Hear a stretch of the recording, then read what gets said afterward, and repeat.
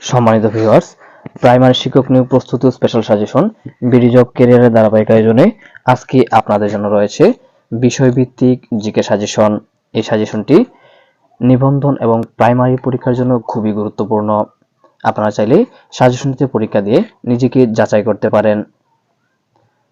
আপনারা এই সাজেশনটি মনোযোগ সহকারে পড়ে নেবেন। আশা করি এখান থেকে আপনারা অনেকগুলো প্রশ্নের উত্তর কমন পাবেন। তাহলে আর দেরি না করে শুরু করা যাক আজকের জিকে সাজেশনের 61 নং প্রশ্ন দিয়ে। 61 নং প্রশ্নে বলা আছে কম্পিউটারের জনক কে। আমি আবার বলছি, কম্পিউটারের জনক কে। আপনারা সঠিক উত্তরটি চিহ্নিত করে খাতায় লিখে ফেলুন।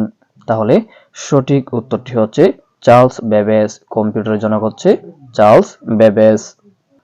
62 নং প্রশ্ন বলা আছে কোনটি ধাতু। আমি আবার বলছি, নিচের কোনটি ধাতু।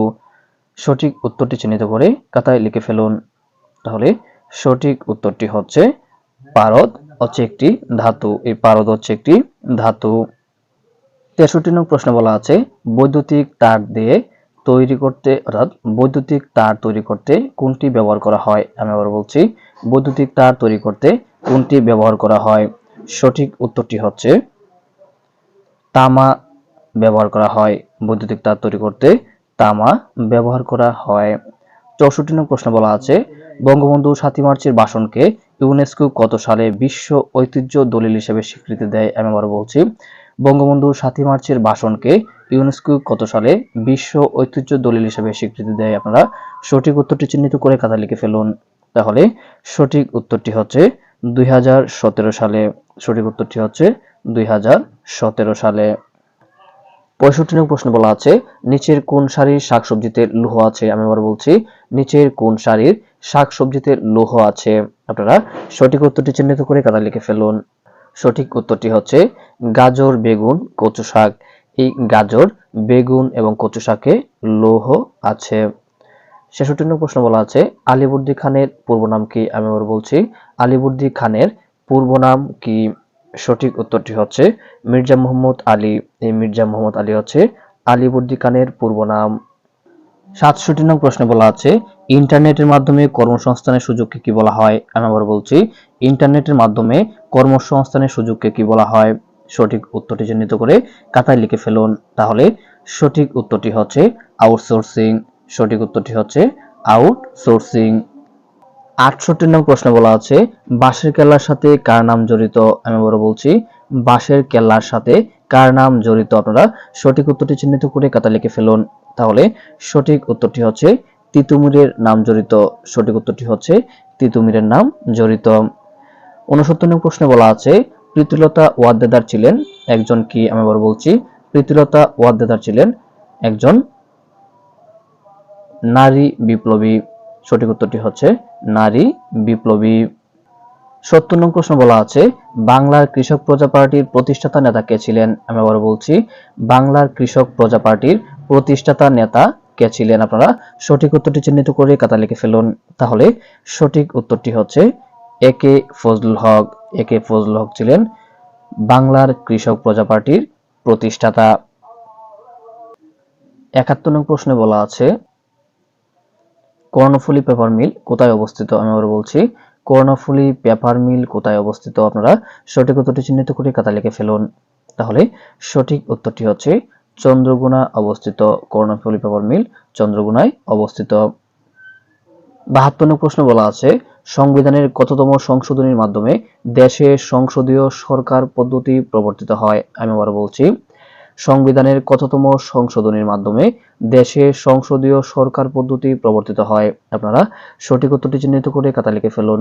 তাহলে সঠিক উত্তরটি হচ্ছে দ্বাদশ জাতীয় সংশোধনীর মাধ্যমে।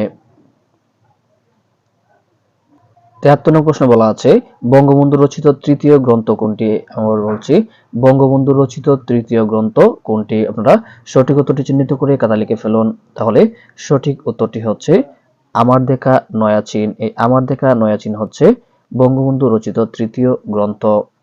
74 নং প্রশ্নে বলা আছে বাংলাদেশের পুলিশ একাডেমি কোথায় অবস্থিত। আমি আবার বলছি, বাংলাদেশের পুলিশ একাডেমি কোথায় অবস্থিত। আপনারা সঠিক উত্তরটি চিহ্নিত করে খাতায় লিখে ফেলুন।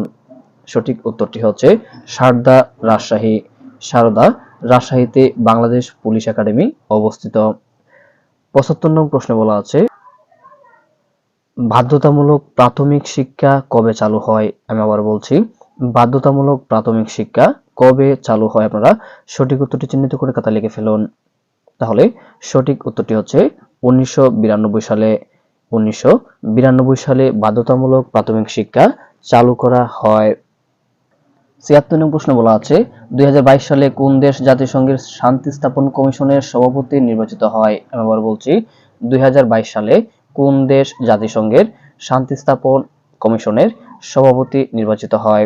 সঠিক উত্তরটি হচ্ছে বাংলাদেশ। অর্থাৎ বাংলাদেশ ২০২২ সালে জাতিসংঘের শান্তি স্থাপন কমিশনের সভাপতি নির্বাচিত হয়। ৭৭ নং প্রশ্ন বলা আছে কে লৌহ মানবী হিসাবে পরিচিত? আমি আবার বলছি, কে লৌহ মানবী বলে পরিচিত? সঠিক উত্তরটি হচ্ছে মার্গারেট থ্যাচার। সঠিক উত্তরটি হচ্ছে মার্গারেট থ্যাচার।